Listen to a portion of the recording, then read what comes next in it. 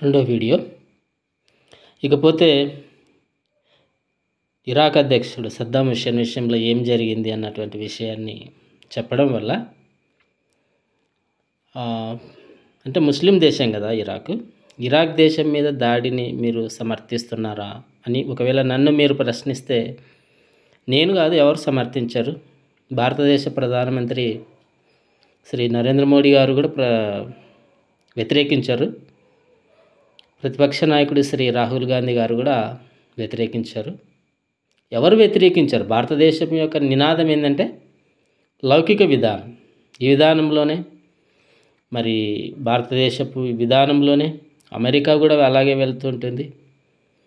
మరి మన అందరికీ పెద్దగా ఉన్నటువంటి అమెరికా, ఆ దేశంలో ఉన్నటువంటి ఐక్యరాజ్య సమితి, వీటన్నిటి వల్ల ఏంటంటే ప్రపంచంలో మనుష్యుడు స్వేచ్ఛగా బ్రతికేటటువంటి హక్కును కల్పిస్తారు. అంటే భారతదేశము, అమెరికా, అన్ని దేశాలు మానవ హక్కుల ఉల్లంఘన జరిగిందంటే ఎక్కడైనా సరే వాళ్ళని నిలదీసేటటువంటిదిగా అమెరికా మొదటగా ఉంటుంది.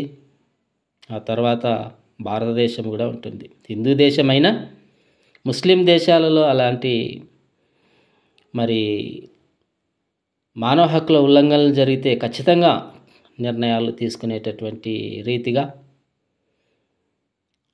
ప్రపంచ మానవ హక్కుల యొక్క సంఘానికి లేకపోతే సంస్థకి భారతదేశం ఎప్పుడు అండగా నిలబడుతుంది. అలాగే ఇప్పుడు ఏంటంటే నేపాల్లో ఉన్నటువంటి ప్రజలకి ఇబ్బంది కలగడం వల్ల నేపాలీలకు మరి భారతదేశము అండగా ఉంటుంది. అంతేకాదు అమెరికా కూడా అండగా ఉంటుంది. మానవ హక్కుల ఉల్లంఘన జరిగితే ఖచ్చితంగా మీకు ఏ విధమైనటువంటి సహాయ సహకారాలు అందించాలనేటటువంటిది అమెరికా, భారతదేశం కలిసి ఆలోచించి మీకు న్యాయం చేయడానికి కృషి చేస్తారు.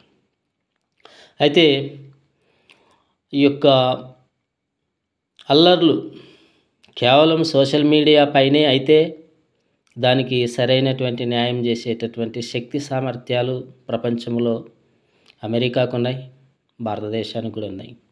భారతదేశం పక్కనే ఉన్నటువంటి మీకు మరి న్యాయం చేయకపోతే భవిష్యత్తులో మేము ఇతర దేశాల చేత కూడా మరి నిందించబడేటటువంటి అవకాశం ఉంటుంది. కాబట్టి నేపాల్ ప్రజలకి ఖచ్చితంగా భారతదేశం అండగా నిలబడి న్యాయం చేస్తుంది. మూడో వీడియో కూడా చూద్దాం.